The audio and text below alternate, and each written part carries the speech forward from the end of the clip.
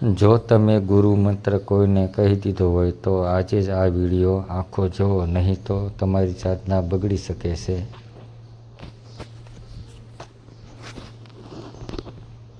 મિત્રો, ગુરુ દ્વારા મળેલો આ સામાન્ય શબ્દ નથી. એ એક દિવ્ય શક્તિ છે, એક એવી ઉર્જા છે જે તમારી જિંદગી બદલી શકે છે. પણ એક નિયમ છે, ખૂબ જ કડક નિયમ હોય છે. ગુરુ મંત્ર હંમેશા ગુપ્ત રાખવાનો હોય.